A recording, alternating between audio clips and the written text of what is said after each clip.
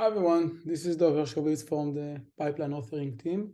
And this is a quick speed run about the latest edition for 15.11, which is define inputs for includable CI/CD configuration, or as we like to call it, the CI inputs interpolation. As I mentioned, it just released in 15.11. It is still in beta, but we're planning to G8 shortly. And just before doing a quick demo, I just want to emphasize why I believe this is something that really can change the way all of you are constructing pipelines. And basically, I assume that most of you are using some sort of a CI YAML template that gets included into your pipeline.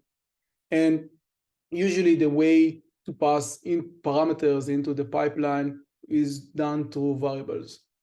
However, we know that variables were not designed for that, were not meant for that. This is not the purpose of the variables, because variables by design, they have some flaws. If you use them as a method to pass inputs. Variables, when are being declared, usually declared as the top level keyword variable, which means that then they are affecting your entire pipeline. So every variable you add actually add more complexity, because this variable automatically gets added to any file or any job that you include, any template that you include.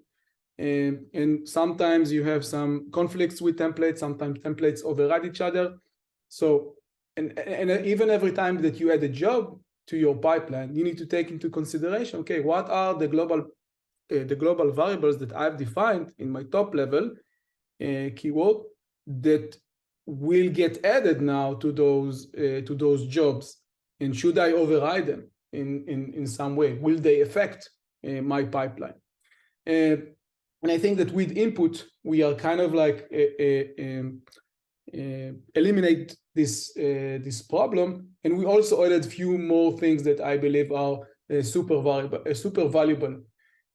So to begin with, the way to declare inputs, usually it is being done on the pipeline configuration that you are adding, that you are including. So if you have some sort of a template of a YAML that is being included, you start with the spec input, which is the reserved keyword for declaring inputs. And then you're writing the inputs that you want to use. Now, the thing is that those inputs are only scoped to that file, to that YAML file. They will never go leaked outside of that. So they will not affect any pipeline that you are adding. It will just apply to this template and the jobs that you are defining. So you're defining your inputs, and then here you start to define your pipeline configuration. So this is like this is a job, this is a deployed job, it has a stage, it has a simple script.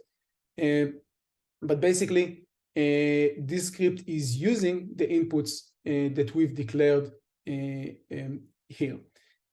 Another interesting thing that we've added, or important thing that we've added, is that you can have like mandatory and optional inputs. So by default, any inputs that you will use, that you will add to your template, will become mandatory unless you define a default input. Okay, so if you default value. So if you define a default value, this input became optional. You don't have to declare it, and you can also define like an empty input if you want. So an empty default if you want. So I think this is like the second value that you have, which declaring mandatory and optional inputs, which you cannot do in variable. So you always need to know in variable which variable you have to use. And here, if you're not using the mandatory input, will immediately stop the pipeline. The pipeline will not run. We say, okay, we are missing those inputs. The third value, as I mentioned, you can define a default value for an input. And it's a common ask from our users to define a default value for variables. So now you can do that with inputs. And I think lastly, which is also an important value that inputs can be used anywhere in your pipeline configuration. Unlike variables, that variables only support specific value for a key. And I think we have maybe approximately, I don't know, I didn't count, maybe like about 100 issues about supporting more and more variables in different areas in the pipeline configuration. But here with inputs, you can basically add any inputs that you want anywhere in your pipeline configuration, which obviously make it easier for you to customize and templatize your templates. Now, sorry, the way to use those inputs and this pipeline is when you go to your GitLab CI YAML file, and you do an include of a file. You can do any include. You can do include local, include template, basically any file that you're including. And when you're including it, you are declaring the input that will get used for that specific input. So those are the values that actually will go and propagate or will be replaced when the pipeline is being run. So obviously you can even use the same include over and over again with different inputs. With that, let's go do a simple example. So if I'm taking the same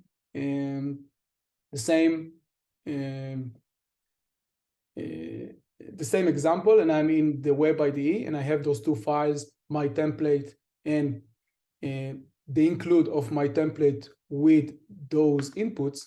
Let's say that I want to add something to my pipeline. Okay, let's say that I want to add the environment keyword, and I want for that environment to declare a name, and I also want to declare a URL. Okay, so, and I want to obviously use inputs for that. So what I need to do is basically go here and say, okay, I want to, and I can give the inputs any name. Let's call it environment. Okay, and I can give it a default value if I want, or I can keep it the way it is.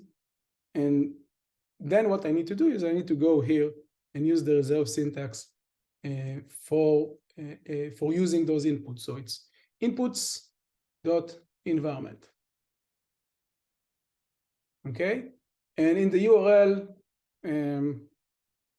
let's use the website. We already have like an input here. Let's use the input of the website, which is the one that is here.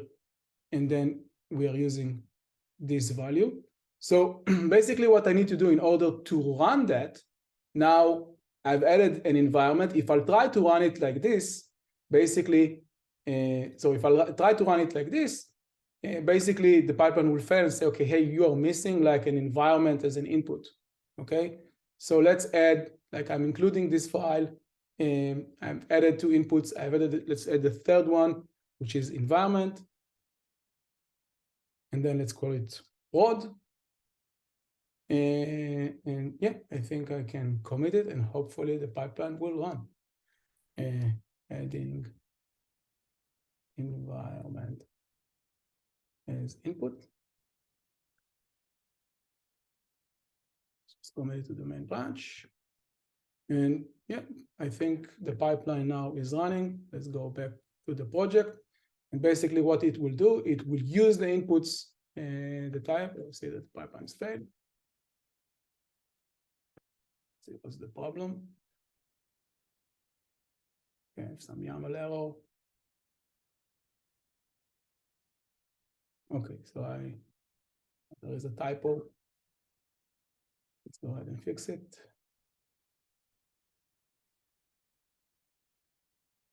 Okay. Environment, yeah, typos here.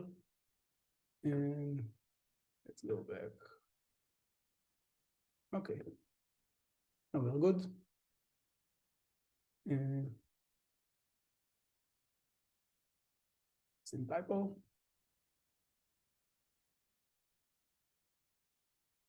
Commit. Now I think we are good to go. Yeah, okay, now the pipeline is running, and basically it is using the inputs that I've declared. Now, if I go into environments, I can see that a new environment was created, and it is using the input that I have declared when I run, and when I include the configuration with the inputs that I wanted to use. Yeah, I think that's it. Hopefully you find this recording useful and the inputs useful. And if you have any feedback, we've created a dedicated issue to capture feedback, so try it out. Basically, we are encouraging you to go to your pipeline and try to replace some of the variables with inputs, and let us know what you think.